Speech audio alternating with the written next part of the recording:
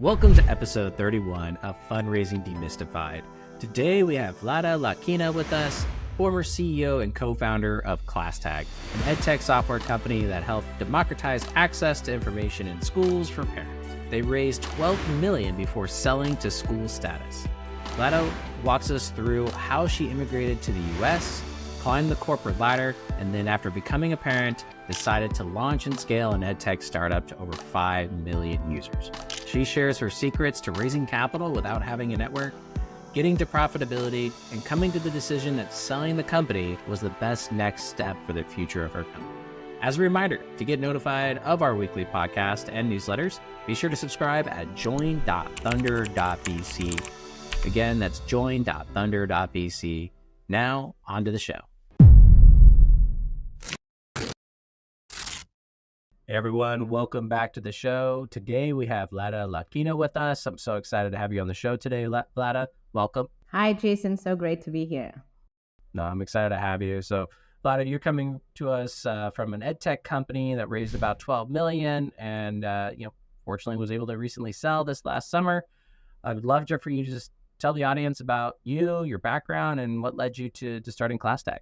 Absolutely. Well, I'm originally from Ukraine, and I got to U.S. some 17 years ago to do my MBA at Wharton. And prior to that, I had an entrepreneurial background, having grown in a family of entrepreneur, and so had a few sort of early juices in entrepreneurship flowing. And so, of course, I wanted to do the opposite after MBA program. I went into corporate environment. I spent a few years at Boston Consulting Group, and then climbed the corporate ladder at Dell, 2 levels down from Michael Dell, and sort of that was a cool way to see what the big companies are up to and how different that world is. And at the end of it all, I decided it was time for me to go back to entrepreneurship. I had this entrepreneurial itch, and at the same time, my daughter started school in New York City. And so I was frankly shocked how outdated and fragmented parent communication was. And in the day and age when we know what our friends have for breakfast on Instagram, whether we want it or not having the same level of connectivity with your own kid seemed crazy. And so I really wanted to use technology to help parents and teachers become partners in the kids' education. There is just so much research, decades of research, that suggests that family engagement in kids' education is the number one predictor of student success. It is actually twice more predictive of that success than family socioeconomic status. So you can't really outsource that. And there are a lot of ways that technology can help parents become partners in the kids' education. And so that's what ClassTag did. We allow teachers to have a free platform that democratized that access and communication across automated translation over 100 languages and multi-channel reach. That allowed any parent, whether they have access to technology or not, become involved and a partner in the kids' education. And then we scaled to 5 million parents and teachers across the country, tens of thousands of schools, raised venture capital three times or multiple times through that journey, became profitable, and ultimately sold ClassTag this past summer to a great company called School Status, which has an important mission to combine analytics and family engagement to truly become the platform for student success. And so that was a great home for ClassTag. That was a very good job of telling a very long story in a very concise manner. That's impressive. So there's so much I want to dive into. One, just the EdTech category in and of itself is a difficult category to scale. And it sounds like you reach millions, which is incredibly impressive. Before we go into the usual fundraising story, let's talk a little bit about how you built the business and how you went to market, because that is a tough category to penetrate and to scale.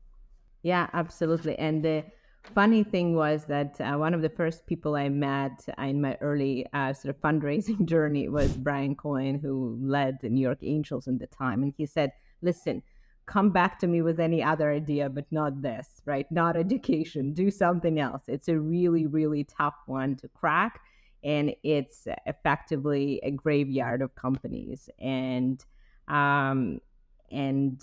boy, he was right. It is a difficult category, but certainly it's also a category that has a lot of opportunities. And as I joke, there is no lack of problems in education. There is sort of lack of funds to actually solve them, right? Lack of willingness to pay. And so I think that's what makes scaling these solutions so challenging. And so we went sort of the backdoor route. We figured out that we want to really start with the teachers who understand how critical that family engagement is, and that allowed us to scale really quickly. So for for a long time, we didn't have any sales force, so it was all digital through word of mouth and Facebook groups, etc. Sort of more viral and digital growth that allowed us to scale fast. And then we leverage that footprint we've built to upgrade to schools and districts paying contracts with us. It's impressive. So kind of like I like to consider like the bottoms up, Yes, kind of exactly. approach. Start with I had a similar experience at the EdTech company I was at doing something similar. Bottoms up was how we kind of made enough of a splash to then eventually have sales. So it's good to hear that's the strategy that works. So as you're scaling this business, you're obviously got some very blunt feedback, like we like you, just not your business or the market.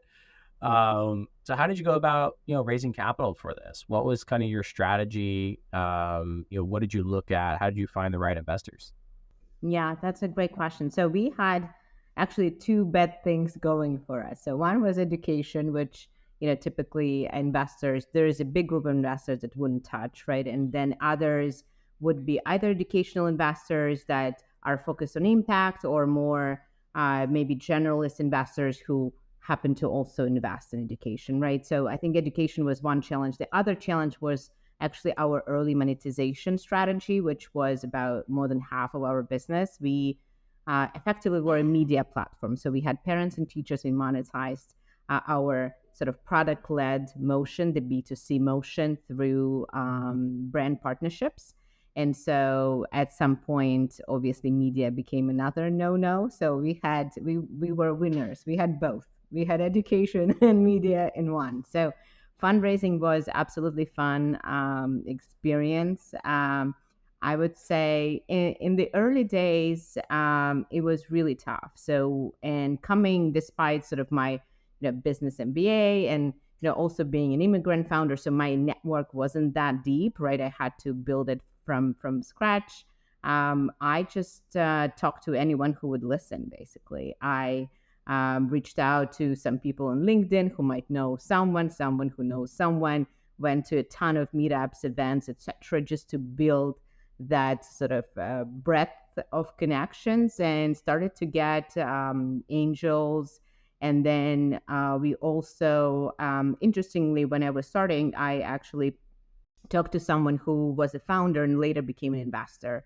And so they ended up leading our early round because she saw me was a deck, and she wished me luck and said, hey, 90% of people don't move past this stage. So if you move, you will actually be ahead of 90% of others. And so then a year later, we came back with like 30K MRR or something like that. And she said, well, you're the real deal. And, let's kind of get behind it. So that was a big kind of breakthrough after knocking on many doors.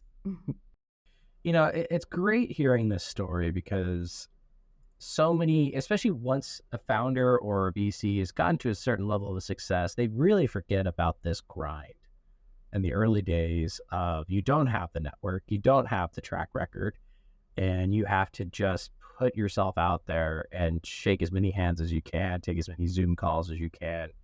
But one thing I think you did was important is you stayed in touch with some of those people and you kept them informed of progress. And two giant gaps for a lot of founders is they don't get the progress. They don't actually build something that is worth funding, but they're still trying to pursue funding, or they forget to keep people updated and show the progress over time, because that's ultimately what gets investors to lean it and to look deeper into what you're doing. And that seems to be exactly what happened here. So I'm really glad you share that story, because I feel that's often forgotten, especially if you have the exit, you have the success, and you just want to erase that from your mind. Yeah. Yes, That part of your exactly. life. Like the trauma of the past, you put it behind. But someone actually shared this, which I think is puts exactly what you said in a very sort of visual way, that investors are looking for a movie, not a picture, right? And so that what you're talking about, sort of that motion and that progress and being the witness to that is what an investor wants to see. And I think for me, not sort of jumping ahead, but for me, those I did monthly updates for both investors and non-investors, and to me, that was the tool that helped me raise. So we actually just had a newsletter go out about how important those monthly updates are and just the cadence of updates. Because again, it's a lot of founders that don't do it. They're not showing progress. So they don't have the updates. And so it's important to kind of hold yourself accountable as a founder to do that. And so it's a great example as to the value of doing that. So can you walk us through the history of basically those first couple checks that came in, how they came in? Were you getting like a rolling kind of convertible note or safe type of thing, or did you have like a formal round process in the early days? Oh gosh, it was the first time I ever raised money, and so you get a lot of advice, oftentimes bad, but you don't know better at the time. And so I think the good of that advice, we did raise on safes and notes and on rolling cap and discount. And so with more money committed, we moved the discount down and we moved the cap up or some combination of thereof. And so actually, so we raised a few $1 million like that. It ended up sort of all this roll. And then when we came to actually do a price round, it was a complete disaster because then you had to, had all this stack of notes that had all these different discounts and whatnot. But anyway, this is, technical, more the lawyers' problem. But the problem for the founder is that until it all converts, you actually don't know where you stand because the calculations of all these stacks, if you have different terms, are really complex. But it did, I think, help us sort of maybe save some equity because of the strategy we were doing. But it also, I think, doesn't allow you to actually sit down and say, okay, now we raised, we stop, and then you just plan for the budget you have and the runway. So I think that in hindsight, that extra few bits of equity that we got was not worth the sort of the variability of this budgets and decisions that you have to make in flight depending on the budget you've got. I hear this story more often than I think most people realize. It's so true because again, especially first time founder, like as much as it'd be nicer to have that one round, like, do you think you would have been able to pull that off at the stage that you're at? Like that's, it's a hard burden. That's a hard burden. And I think, the reason I sort of went that route is I think because it was so hard to do. And I think, that early days had to be this sort of what they call party rounds, right? When no one really leads and you have to figure out how to, and those rounds are really hard to navigate because nobody wants to be the first check. And how do you actually talk to people in a way that makes them all comfortable to come in? And so it's a lot of dancing. So what were some of your dance moves, to kind of get into the tactics? Like, how did you kind of overcome that? Because that's everyone's problem. They're that pre-seed seed stage, that early, kind of first time founder, you don't have that track record. Whereas like the next time you go to another company, it might just all flood in at once or easy. It's done. You have a track record, exit. It's easy. But that first time it's tough. So what were some of the, we'll call it dance moves that you used? Well, the first pirouette that I used was the fact that you have to have a number of plans, right? And so I think many times, and I get this question a lot from founders, it's like, well, I will want to raise $5 million and then they go and talk to an angel. I was like, that makes no sense because an angel is never going to write a check big enough and then they'll wait for the rest of the round to come together. So if you're going, I had, 2 or more plans at all times. So if I went to talk to an angel or someone small, I did have an interesting path forward for me was a smaller round that allowed me to do X, Y, Z and show, certain level of milestones and outcomes if I were to raise, let's say, I don't know, $1 million in total, right? So then when I'm talking to an angel who can give me 300K, he will like, well, I can see how we, can put together this party round, right? Really quickly at this early stage. But if you're talking to a large fund, then, and talking to them about raising 1 million, that's also wasting their time, because if your appetite is only to, get that far, then it's not how their fund works. They need to deploy large amounts of capital, and they need to show the return on that. And so they need to see a whole different plan. It doesn't mean, and so I think that duality is really important. And I think that many founders, from my experience, find it difficult to actually think in 2 dimensions or a number of dimensions at the same time. Yeah, it's a tough journey navigating that, but it seems like it worked out successfully for you. You were able to trickle in. I guess what was the stages of the round? So you raised kind of that first conglomerate Frankenstein round. Yes. What did that conclude at when you raised was it a seed that was the formal price, or was it Series A? Well, it's so it stayed as notes, and so that was seed. Then we had sort of something we called, I think, seed plus, and then we had an A. So those Gotcha. two were priced rounds. So they kind of cleaned up the notes. Yeah. Did you know that most founders waste days of their lives chasing the wrong investors? Well, as a founder, you know your time is your most valuable resource. Don't waste it on the investors that aren't going to write you a check. Here at Thunder, we built a free tool that identifies exactly which VCs are worth your time to pursue. We score your company against 3,500 VCs and family offices that have been vetted and are actively writing checks into companies like yours. Get your AI recommended list of investors that will look like this absolutely free by creating a free profile at Thunder.vc. You can upgrade to premium to download this list, export it to any tool you wish, and get their contact information and access the data on their portfolio companies to map out a path to warm intros and build your founder network. Sign up for free at Thunder.vc. Now let's get back to the show. So after you get to, let's say, to the seed plus, where it's more of a formal round, I guess what point were you at the company at this stage, like in terms of traction and velocity, and what was that fundraising cycle like compared to the previous? Yeah. Well, it's certainly, I think, in the early days, right, it was a question of network, because I just didn't know any investors at all. And so I had to really build that.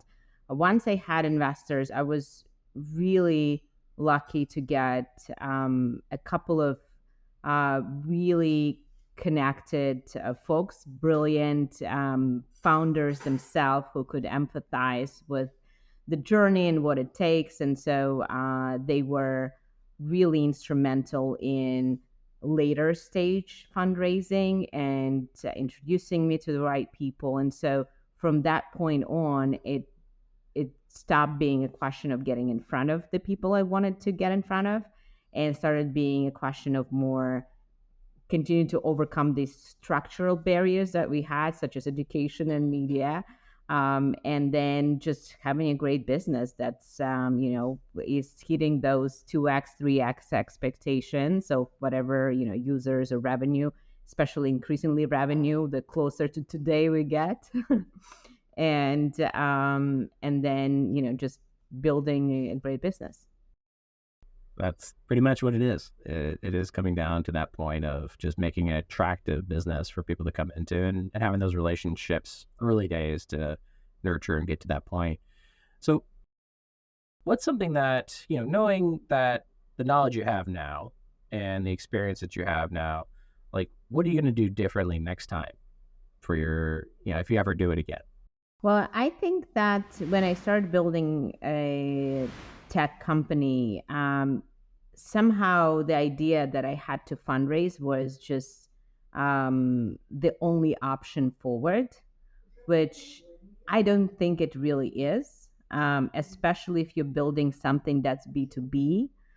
You have to work really hard on getting those customer checks and getting customer funding, as I would call it, before you can spend the same amount of effort in your investor funding, because that's just really proves the business model. It saves you so much time, going after investors, especially if you're a first-time founder and you don't have an existing track record. So I think that um, thinking about monetization at the foundation of the business and ideally getting those customers signing the checks before you actually go to fundraise for a first-time founder. That's really key, and then actually questioning whether you need that funding or not, or thinking about various other options. I think I just didn't.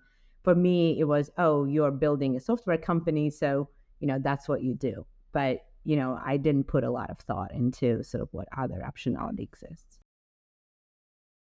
I really hope you're mentoring other founders. I feel like the lessons you're sharing, the experience you're sharing is so valuable that I hope you're finding a way to give it back to other founders.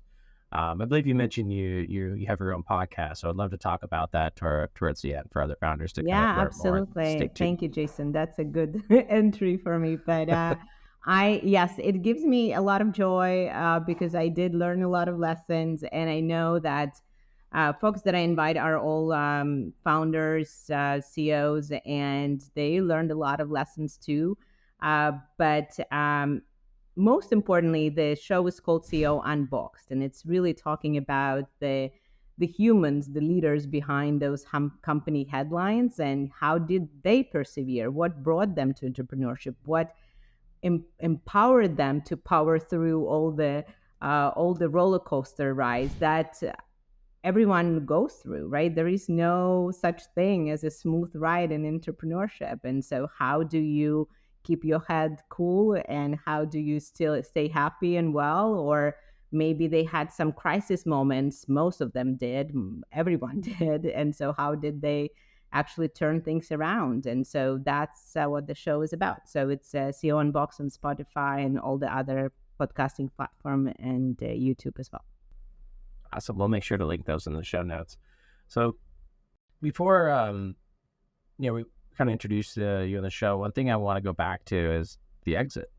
That's a pretty critical event for any founder. And I want to understand at the point of basically, when did you start engaging the idea of the sale? Were you approached? Did you guys pursue it?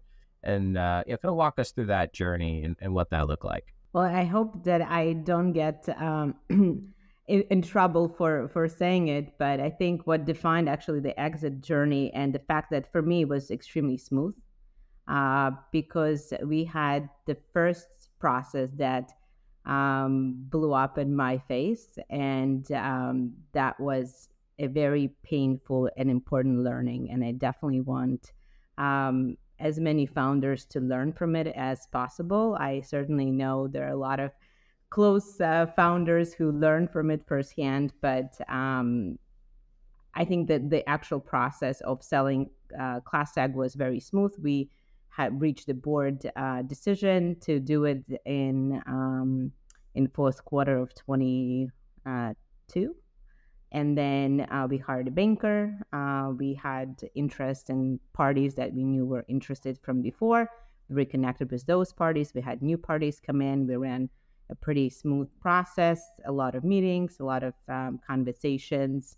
Then we got the LOIs. We selected the party. We went to exclusive agreement. And then voila, the company was sold. So it was pretty smooth. Was it really that smooth? That sounds too smooth. That sounds, pretty clean. I guess taking a step back then is like, what made you go to the board, or what brought the board together to even want to just, pursue a sale? Yeah. I would say from a sort of a market landscape perspective, there were a number of things that were happening. And so obviously COVID was a very important catalyst for many things, including education, right? And in one way, all of a sudden family engagement became more important than it's ever been, which is good for us because we're a family communication platform.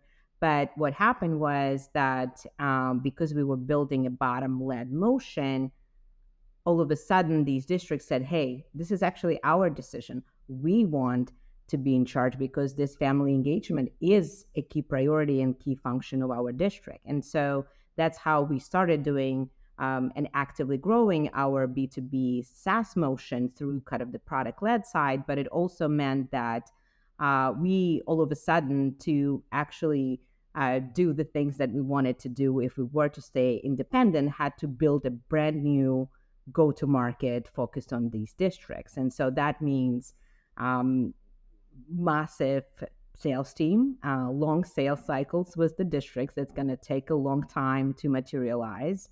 That meant raising more capital. And so we looked at that and looked at, frankly, what's best for these districts. What's best for these districts is to have best of breed together. And so given the consolidation in the market, it seems like the really a thoughtful opportunity to become part of this bigger ecosystem that has other components such as attendance and analytics that we didn't offer, and has this big and powerful go-to-market muscle to bring our solution to many more millions of people who need it. No, it's a very thoughtful approach in terms of looking at the market and kind of what your options might be, and being able to pursue it. Did these firms, in terms of the potential acquirers, they kind of come at you cold? Did you already have relationships with them? Did you kind of pursue them? What was that experience like? Yeah, I would say over the years, I've talked to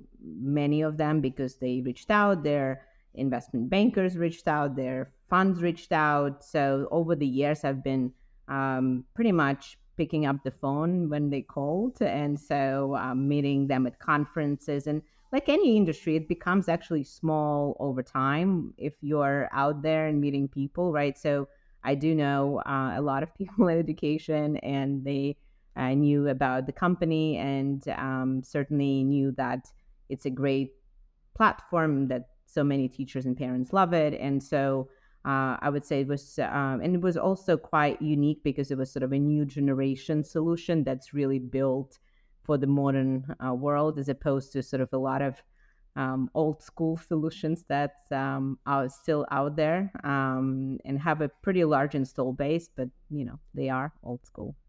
So that was a great opportunity. Yeah, I think the underlining theme here, what I'm hearing, is constantly expanding and maintaining your network and building a great business. I think those are the two key takeaways of what you excelled at really, really well.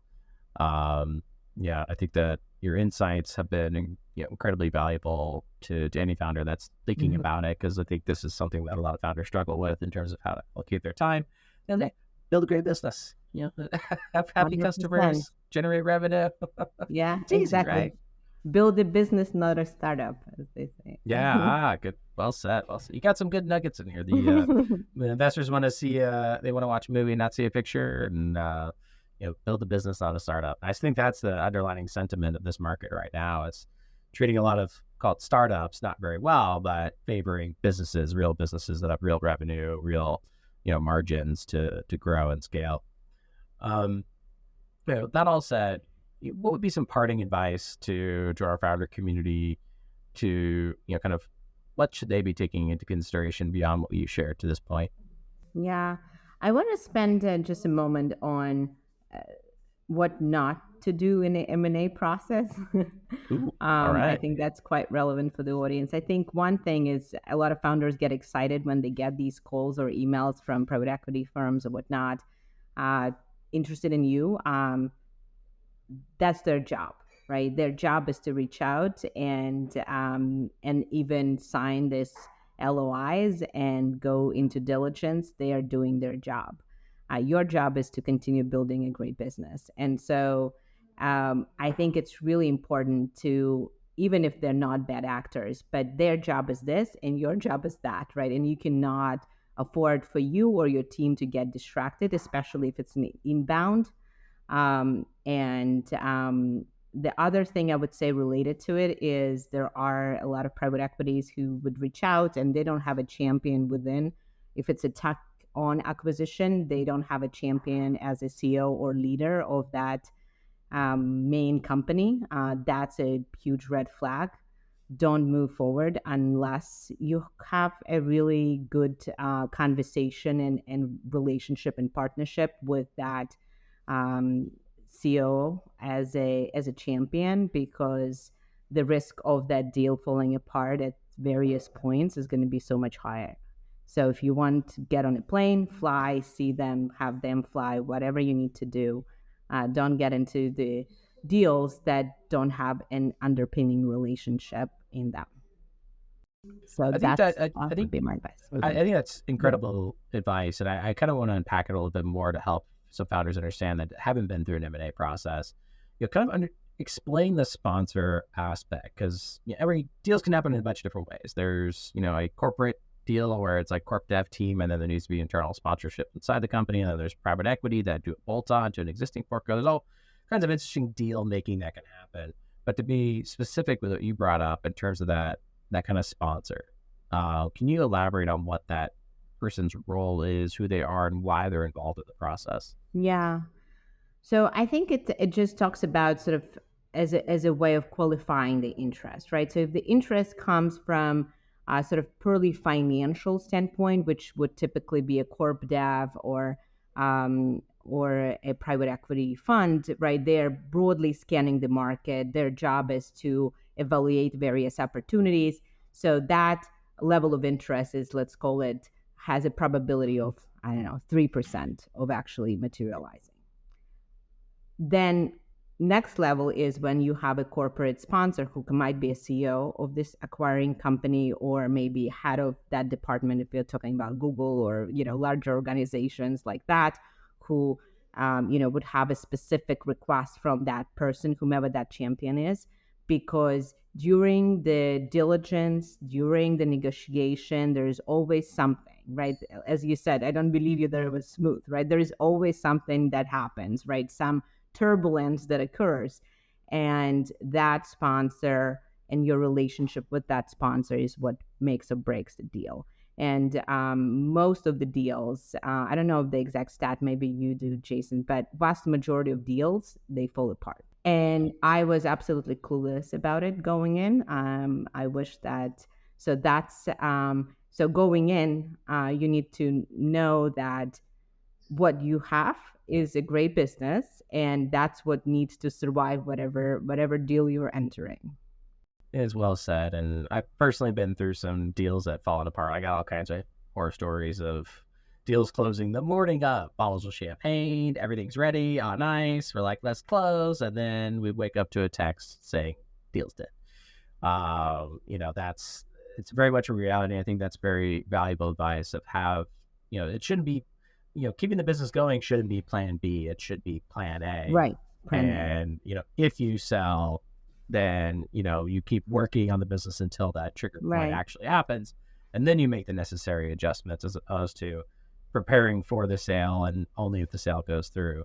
So I think that is some wise advice for any founder that finds himself building something valuable, and, stay focused on that valuable asset. Right.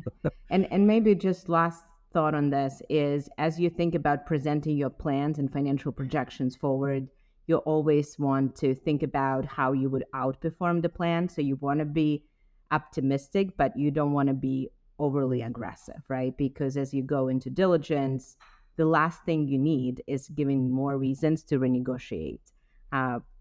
Experienced people out there tell me every deal is, there is an attempt to renegotiate it. And if you're outperforming your plan relative to what you claimed, that's your biggest lever that you have in your pocket to actually suggest that renegotiation would be in your favor if they so desire.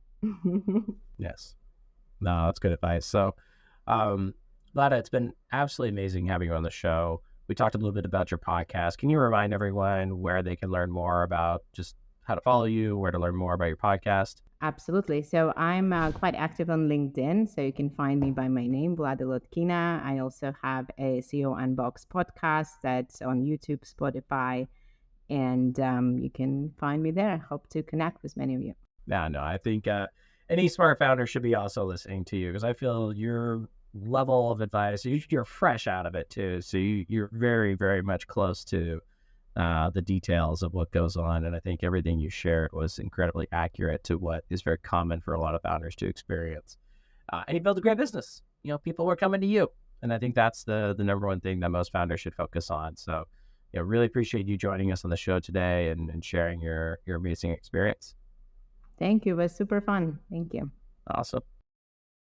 Thanks for listening to the show today. We hope you learned something valuable. And if you did, be sure to let us know in the comments or by hitting that like button. And if you're a founder looking to raise capital, then join us at Thunder.vc. We provide a free tool to help you identify which VC, family offices, or lenders are the best fit for you using our AI. It will save you a ton of time from chasing the wrong investors. And since launching our free tools, founders that have joined our network have gone on to raise over $1 billion in financing. Again, you can find these free tools at Thunder.vc. And as a reminder, we release new episodes every week. So stay informed by subscribing to our newsletter at join.thunder.vc. Again, that's join.thunder.vc. And if you or someone you know has recently raised a round and want to share your story, please email me at jason@thunder.vc. And that's our show. We hope you enjoyed it, and we see you next week.